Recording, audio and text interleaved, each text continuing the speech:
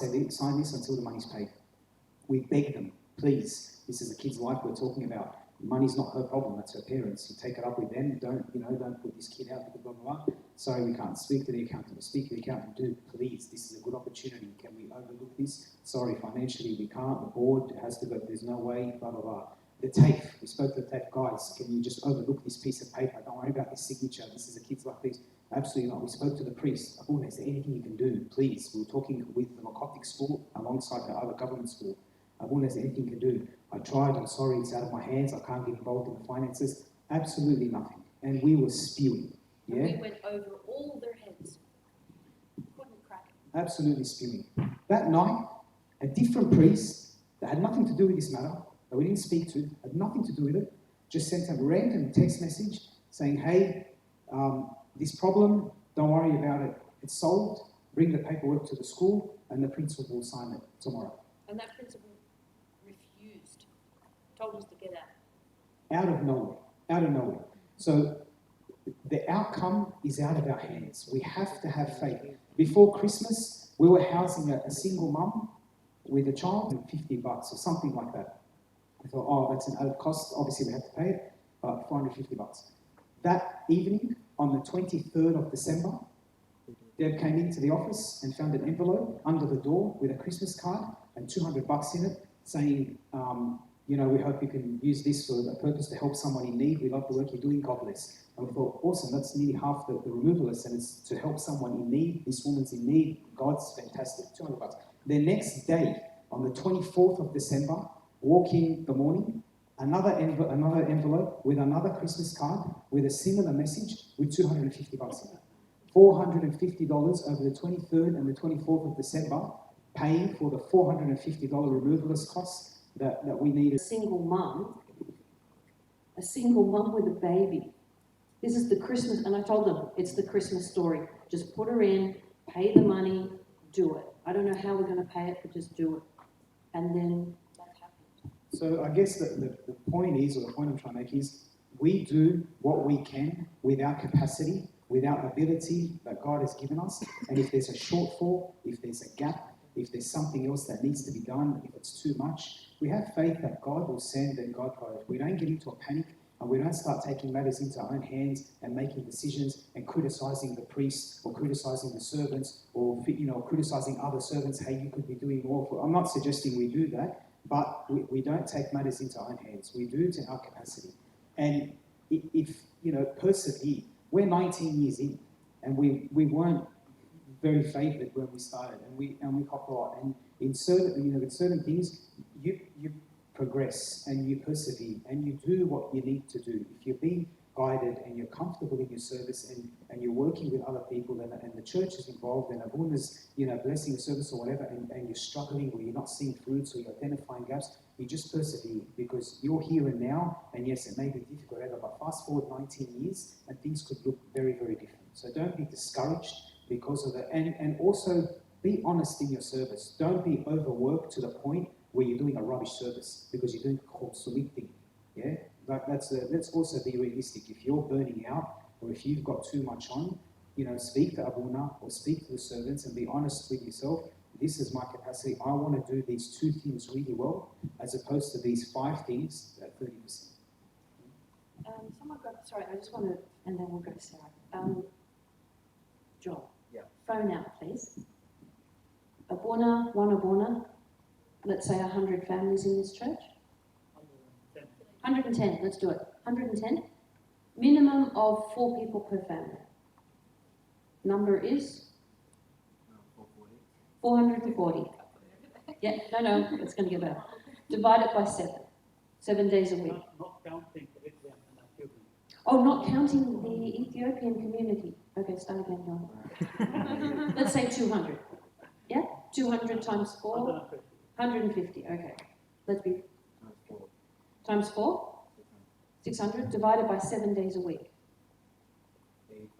85. I challenge any of you to make 85 phone calls today. Check up on those people. Divided by 24 hours, yeah.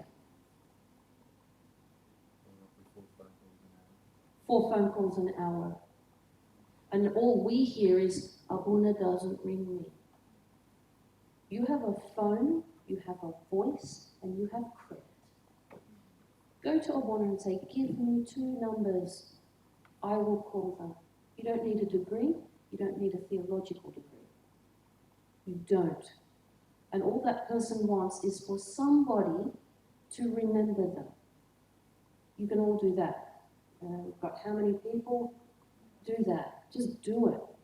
It takes nothing. And just as a challenge for all of us, and myself and Tina and Debbie, for all of us, not you guys, we also, the way we look at service in our capacity, yeah?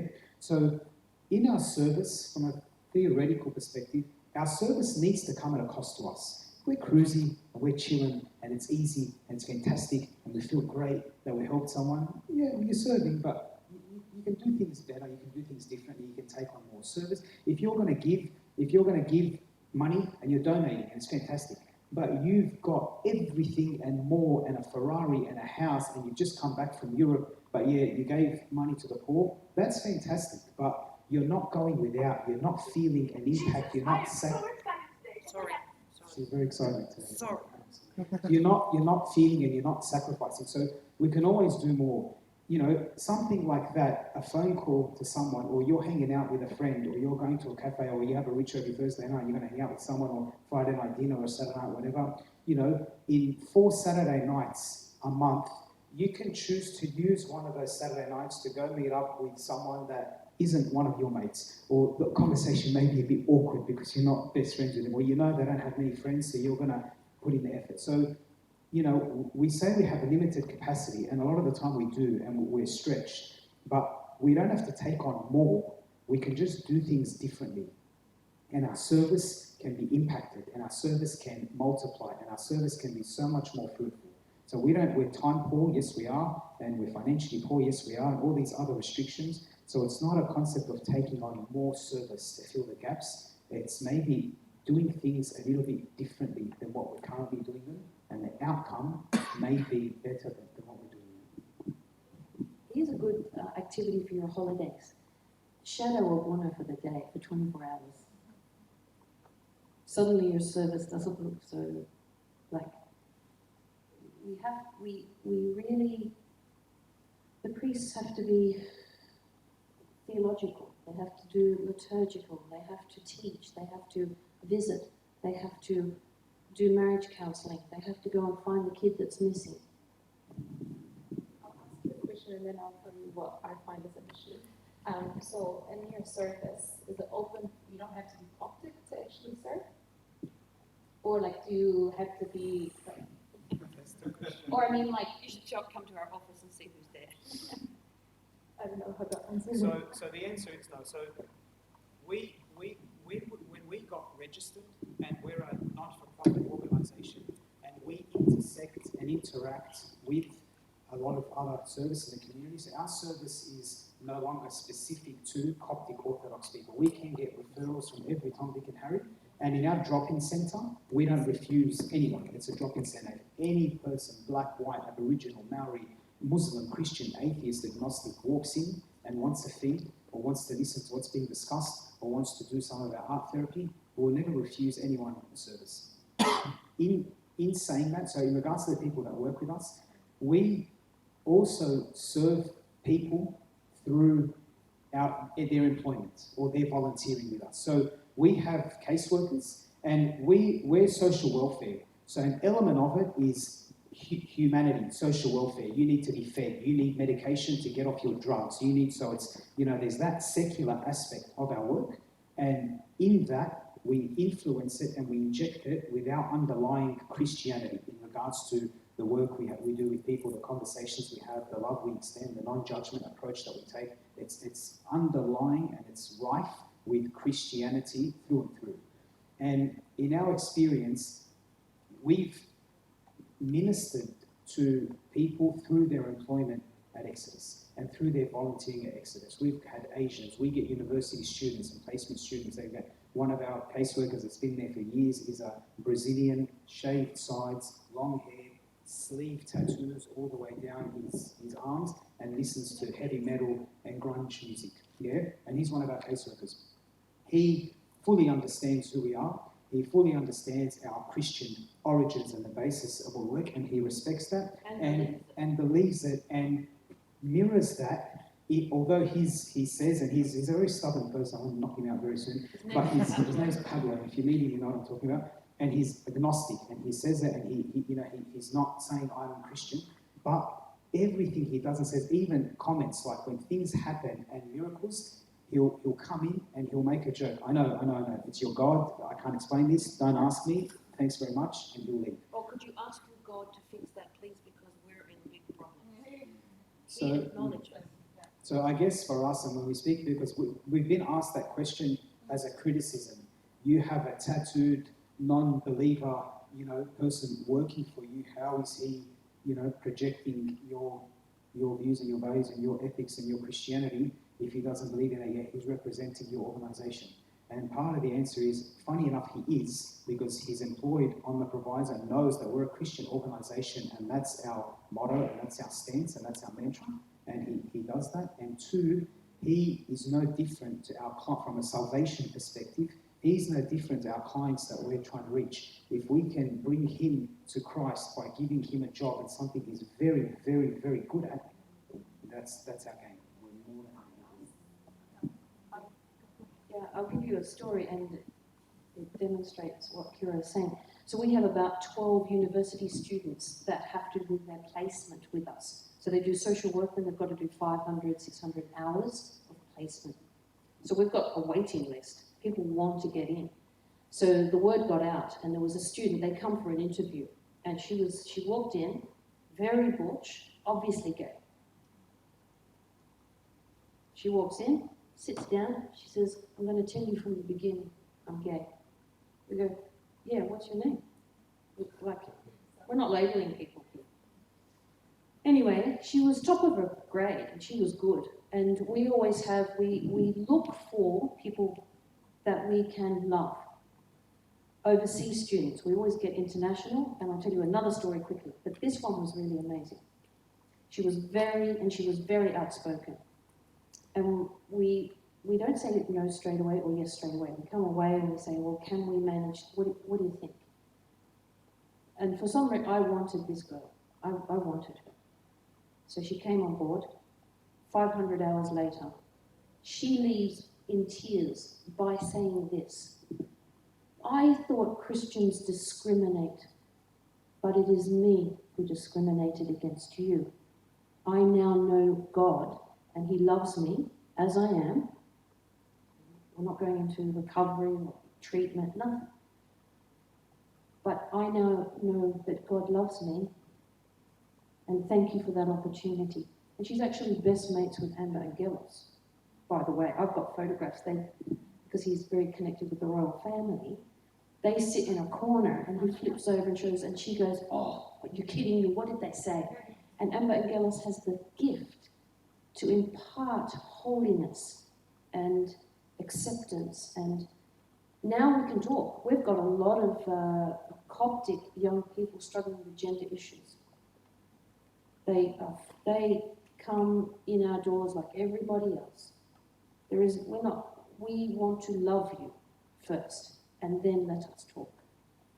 I ask this because I feel that amongst our youth, there are people who are interested and do have the passion and talents for services, but we back them away by saying, oh, it's a little okay, gotcha. And I was like, we back, sorry. Turn it on. Okay.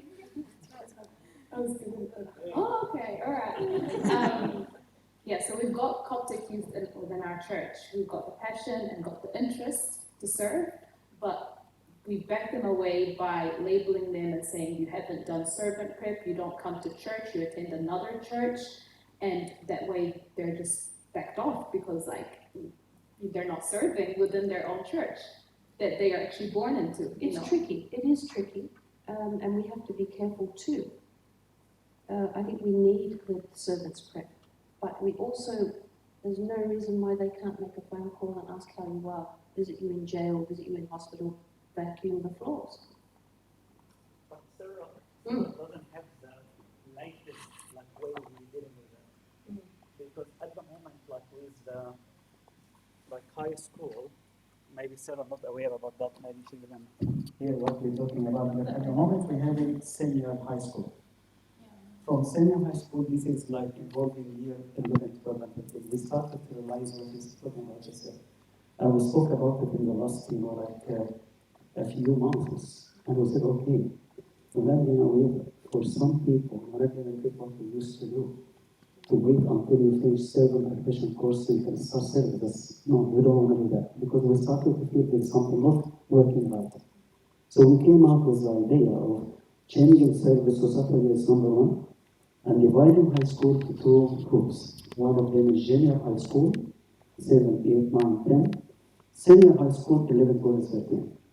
What we're gonna do that age, that age group is what? Covering what, 15, 16, 17, that correct? So that group, they started that year, in that 13 age. We used before, Sarah has the right to say that. We used to wait for them until they finished 7. Then we said, no, we are losing people that they started very late. And some other people, they have to wait for the cycle to be repeated, every 3 years. So I said, some people maybe by the end of university, they start saying, no, cancel that. But how do we answer to people who can be amongst us here today? Yeah, Like, how but do you have, like, how do you that's what we're gonna talk about it. So in that early age group, we started to say, when they started that year, they will start to say, any person who needs service, they can enter into service by studying online or something, but they can't serve. We're not stopping anyone from service, because some people think service in the church is Sunday school, to start up before the class, stand up before them. But in our church, we need to change our attitude. No, it's not going to be like this one. There is various service. And for us now, we're having a general coordinator that we're going to link with, normal high school coordinator. And we're trying to make all the youth now, we have in John and Bubbly, that they can work with the youth, and they started to have some service in the church. So things we try to change things that we did in the past, we have to change. We try. Those people that I spoke about, the UN, the Darfur person, there's many of them. They were in year 9 and 10 when I took them to South Africa. 9 and 10. So they were 15 and 16 years of age. And they served as good as anyone else. In fact, it impacted them earlier, and it set a course for the rest of their lives. It actually put them on a journey. I mean, when I need information now on HIV or international community development, public health, they were my students from year 7. I ring them and say, hey, can you get this for me? And they were 15, they were little kids, and their parents were like, oh my goodness, we're sending them. Tina was there when you were young, from Seattle. They can do this, and we can win them early by exposing them to service that they can do. They can teach the story of Noah to a class of 50 kids in Africa, easily. We just give them the craft, tell them to jump around and sing. That's all they did. And they became teachers, Sunday school teachers, they became teachers in the Coptic school, then they became employed with the UN. Even I'm like, oh my goodness, what happened there? And hundreds of youth have gone. I mean, this is not one story. I can tell you hundreds. People that were addicted to drugs. One guy I took 8 times, Mr. Our friend, Doggo. 8 times. It took 8 visits to South Africa before something snapped and he recalibrated his life. 8 times. And we raised the money and we dragged him there. He was my winter driver from London. Because all he could do, he couldn't tell a story from the Bible. But he loved cars and he loved driving. So I said, there's the key. Drive me 9 hours south. That's all you have to do. And we'd have biltong in the glove box and Red Bull, unfortunately, for a 9-hour drive. And that made that person. He attempted suicide 3 times. He was lost to his family and to his church and to his community and to himself. He's married now, running a business, and was talking to me yesterday, telling me what to do. Can I answer that? So on that question, on your point, and I agree with you. I think culturally for us in our churches, definitely in Sydney and I'm hearing here, we like the status quo. We have a certain way of operating our churches. We have certain services, and we have stock standard things that are very important, and we can't do without. Sunday school we can't do without. Youth meeting we can't do without. Liturgically, we're a sacramental church. We can't do without Ashia and Tasbeha and liturgy. So we serve in a typical Orthodox apostolic sacramental church, and we have certain rituals and practices, and we have certain services. And something like that, my opinion, I think for the integrity of the model of Sunday school and what Habib Gerges started all those years ago, I think something like servants prep is an important part of Sunday school teachers, if that's the service, getting into Sunday school and learning certain things. I guess the other thing today is, and appreciate culture and appreciate community and appreciate that you guys are one church and your community, you don't have 7, 8 churches with a multitude of servants and youth and different options to do things, but other services can be done and can be created that don't require servants prep.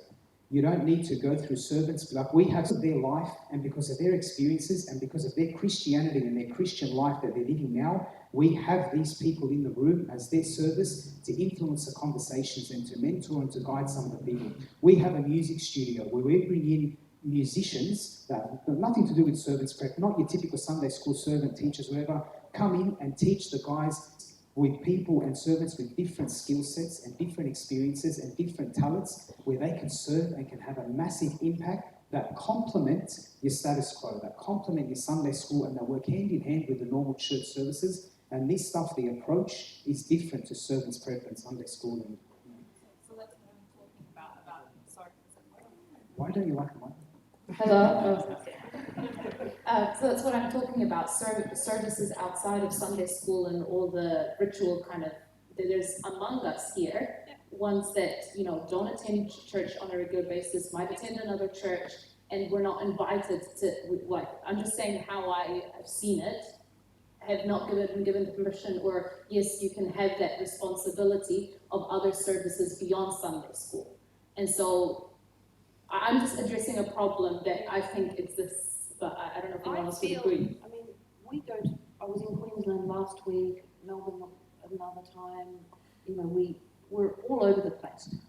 To be honest with you, I have not seen a welcoming church like this.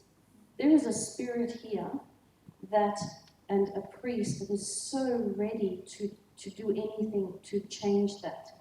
So address it, but step forward and say, I'm going to make sandwiches and we're going to take them to the Catholic service that feeds the people in Queen Street. We're just going to buy a box of oranges and on behalf of the Orthodox Church, we're going to deliver them. Action, action, action. Try not to do too many meetings. Go to Abuna. He would not refuse you to take oranges to the Catholic outreach service on a Tuesday night in Queen Street. For sure. Action speaks louder than words. Let's do it. And can I say, sorry.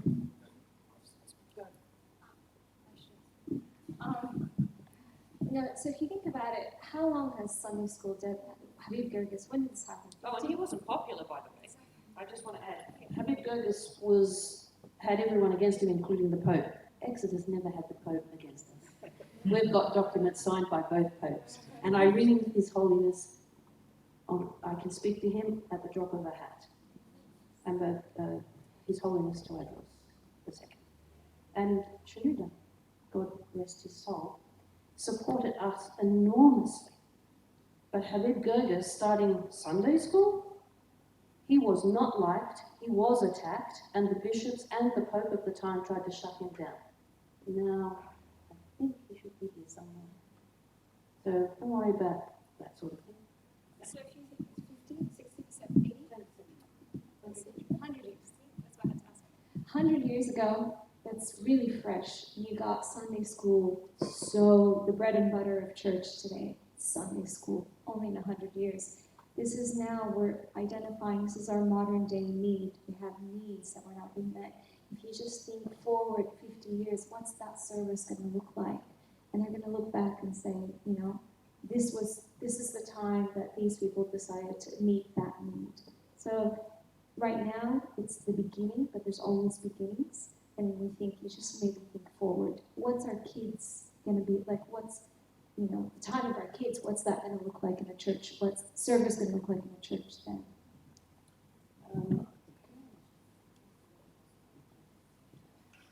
So we don't, here's a miracle. Actually, there's miracles and then there's something else beyond that. We don't own anything. We have, if $1 comes in the door, I spend it straight away on people. If $10 comes in, we spend $10. If $100 comes in, we spend $100. We have no assets other than 2 really old vehicles. One's a van that we move poor people around in, and a 7-seater where we pick kids up when they're, you know, wherever. And then, I'll cut a super long story short. On the eve of Christmas, our Christmas, this year, I got a call from a foundation that is one of our board members, so he's Coptic, and he runs that foundation. And here, look at the beauty of Christ, the body of Christ. So, we have prayed for things over the years, but little things like, could you please pay the electricity bill? The Catholic nuns in New South Wales, there's a convent on 2 hectares. Catholic nuns. And they no longer have new nuns, but they've spent Long story short is they gave it to us. Worth about $6 million. So this fellow rings me on Christmas Eve and says, someone gave us a convent. I go, what are you talking about? He goes, a convent. Google this. So I Googled it. There's 5 buildings up to scratch, immaculate, commercial kitchens. Magnificent. I go, which bit? The lawn, the building, the chapel? The chapel is, it's a cathedral. Immaculate. So that guy tells me, no, all of it. I go, look, what's wrong with you? They're Catholic nuns, we're Orthodox. Yes, I know some of them distant, but I don't know them that well. Anything. God is amazing. Step out into the deep. And I don't know, I said, no, thank you very much. I don't need a convent. Because I was worried about the uptake, the maintenance and the responsibility of why they did that is because they don't want the money. They want people to continue the work. They want the elderly to be, make a cup of tea for them, do this, do that. And they said, you do what we did for 150 years and then we don't have any nuns now. So here, just take it. So conversation a couple of days later, okay, I'm going to have a crack at it. Exodus will have a crack at it, but what happens if we don't continue? What if we can't continue? They said, that's okay. We don't want to put any pressure on you. If you can't, in 4 years' time, just sell it and keep the proceeds. Yeah, I'm still pinching myself. Where we went and saw it and we couldn't talk. We can show you the photographs. No one knows about this. This is like hot off the press. How will we serve once upon a time? I'd say impossible. But the impossible is really the possible. Are there organizations like you who are also Christian-based? Yeah. Why else? Yeah. And Catholic ones too. Wow. Yeah. There's Catholic Care. There's an organisation Called Catholic Care. under the Diocese of Broken Bay in New South Wales. That's huge. We met the last nun who was 97, I think, or something. She's in the nursing home next door. And they gave it to the Coptic, it's Exodus, when we're an independent organisation, so the deeds go into our name.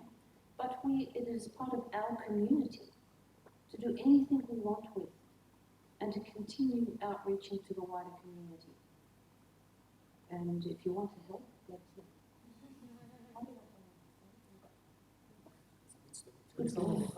It's a good story. And I think on your point as well, I think, and being realistic and acknowledging, dynamics and politics and, you know, difficulties in the service and the devil working his way in and trying as hard as he can to mess things up. With something like that as well, we need to persevere and we need to be persistent in our service. So, and appreciate there may be times where a youth has a good idea for a service, they want to do it, and for whatever reason, the committee of servants don't think it's a good idea, or financially it's going to be a risk, or Abuna thinks no, a different service maybe is more important, this is not the time. So you can also have difference in opinion. You may want to start a service and Abuna disagrees, says this is not the time, or we're not going to be able to do it well, whatever, and you have a difference of opinion. Or Abuna could sees a need and wants to start a service, and the servants, sorry Abuna, we don't have capacity, or we don't have time, or we don't think we can do this well. So, you know, you persevere and you try. You can be met with obstacles, you can be met with, you know, barriers, you can be met with, you know, different things that go wrong or that don't come to fruition, but you persevere, or you try something else, or you accept and you come back maybe a few months later, you know. So if we try something and we're shut down, for whatever reason, valid or not, or the devil got involved, or no capacity, whatever the reason is, try again later, or try to do it differently.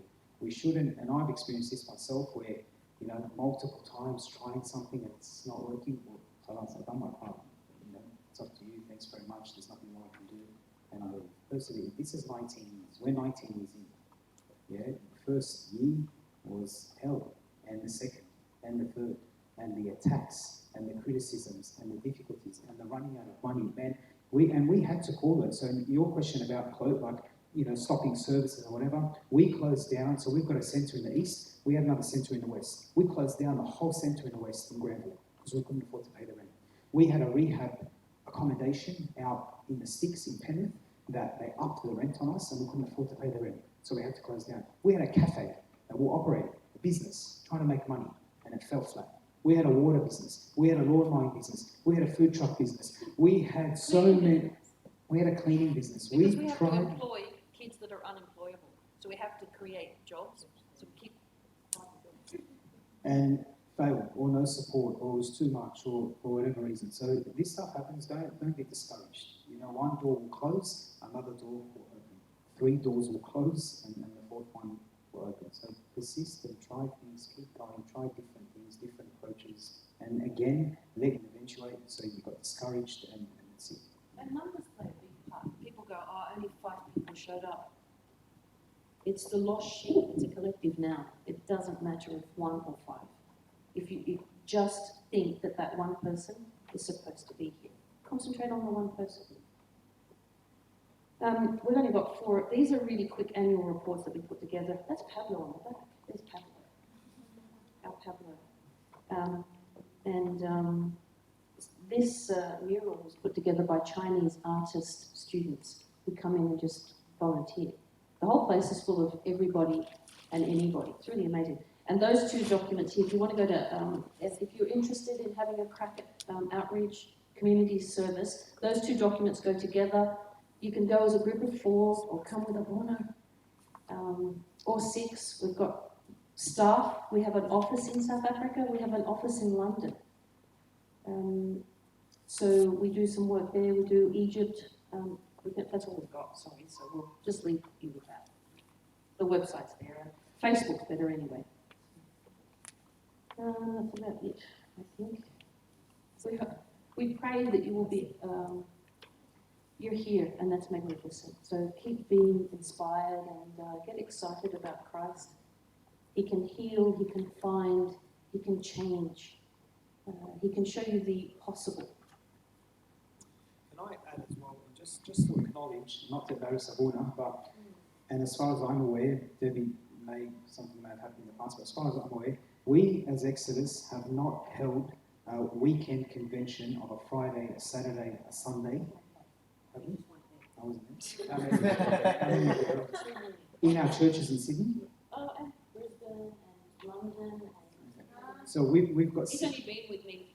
He's been employed for 4 months. I guess the point I was trying to make. On the board for 20 years. The point I was trying to make before I got shut down by my boss is we have, or even the numbers that we have 17 churches in Sydney.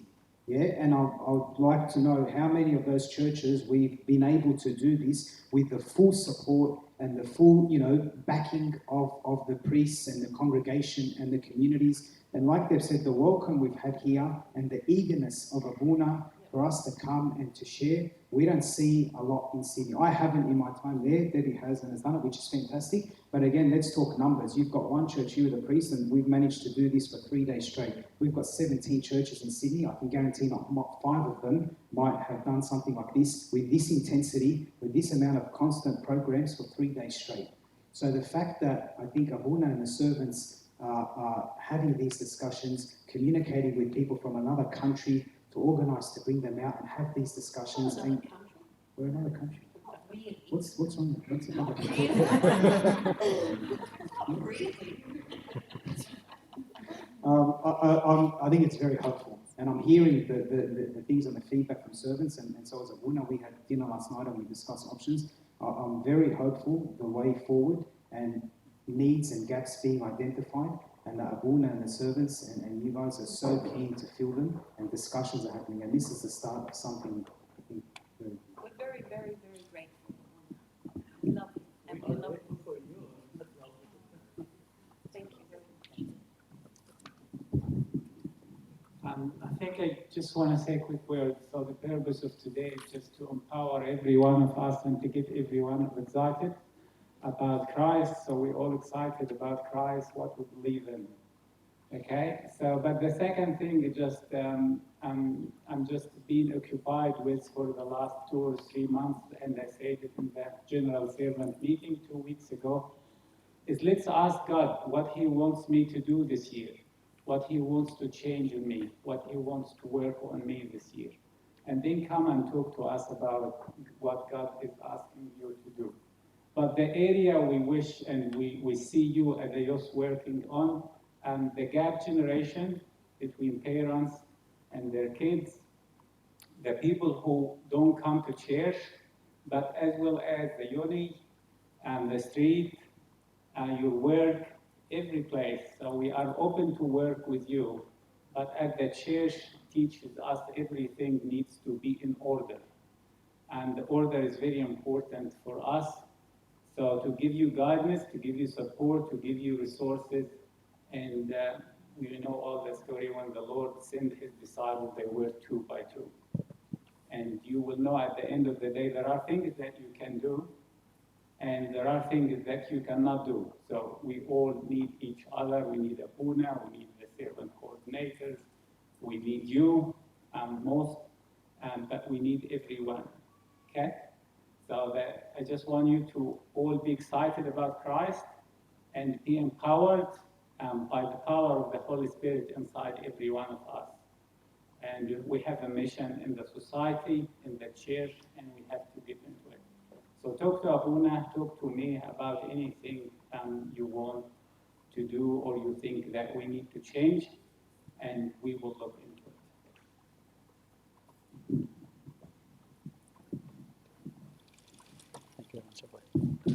Thank you very much. I think like with this session, we conclude the first visit of Exodus to our church.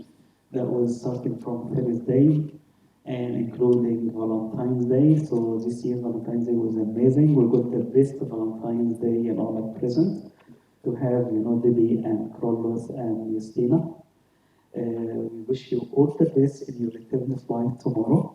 May the Lord protect you, that you continue serving the Lord wherever you go, raising people from the dead, like those people who really need that kind of hope. For us as a community, sometimes we look at cases and say it's a hopeless case, but actually no.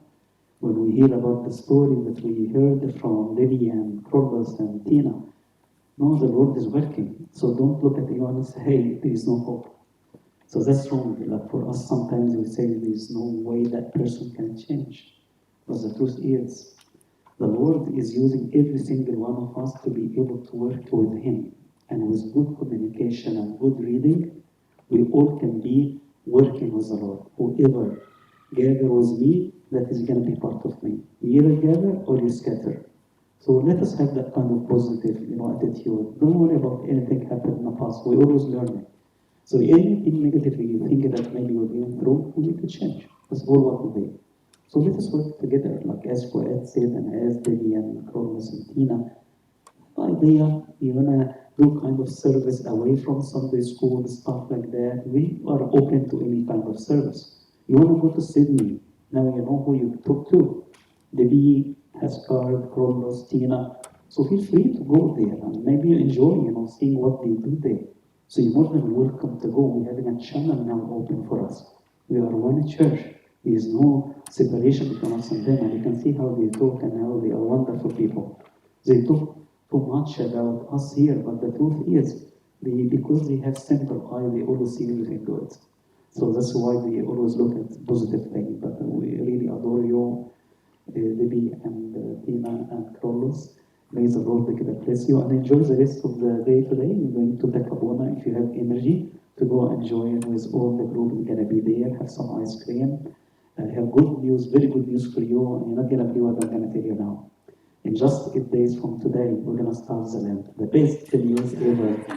So I really want you to enjoy it. So 8 days, and we're gonna start the journey of, for a week and stuff like that. So if you wanna just have a little bit of temptation, to ice cream, all that kind of stuff that the people of this world eat good today and have fun and that week, So we can start the journey and enjoy, like the wonderful times. God bless you all again. And thank you so much for putting our hand again for our wonderful family. Thank you so much for everything. Thank you. We're going to conclude with a prayer. Amen. Alleluia. Zubsabatri ke yoke agioble mati ke dikai ke stosiona soniona ke moshe volengo e moshe ore shoy se sospe Christ, Jesus Christ, the Son of God, entered into the temple. Satian mono naima, Kyrie eleison, Kyrie eleison. Kyrie flogeson amines moeroi, simatania coni evo, Christos benote. O King of peace, grant us your peace, establish for us the power, the glory forever. Amen. We thank you, O Lord, we thank you from the depth of our hearts. We thank you, O Lord, for these amazing days that we spend together here as one family, that we all need one another. As that paralytic man, our Lord, his friend, 4 people, they presented him to you. Every one of us is one of those friends, our Lord. Every hand is important. The professional is important. The church is important. The servant, the congregation. We're all working to give one hand. If any one of us said, no, this is not my job, and I rely on the others, that paralytic man will not be presented to you. Help us, O Lord, to know that every one of us, he is that kind of hand. And if I sit in my couch and said, I'm not going to move, that guy will be dead, will not be healed. So help us, O Lord. Help us, O Lord. Really, we feel that this kind of mission, we are so special, and we really need to believe how much, Lord, love you gave to us, and how much history and how much dedication in our heart when we look at all this wonderful icon. We need to keep that faith in our heart, live with it. Remember all those heroes of faith that they stood up, our Lord, to protect that faith that has been handed to us. Help us, our Lord, to appreciate that kind of history and dogma and believe in this, word of you, our Lord. Help us, our Lord, to all remember, Lord, to remember all those who preach the word to us, so you can support them, support Debbie, help her, support Carlos, and help him, our Lord. Support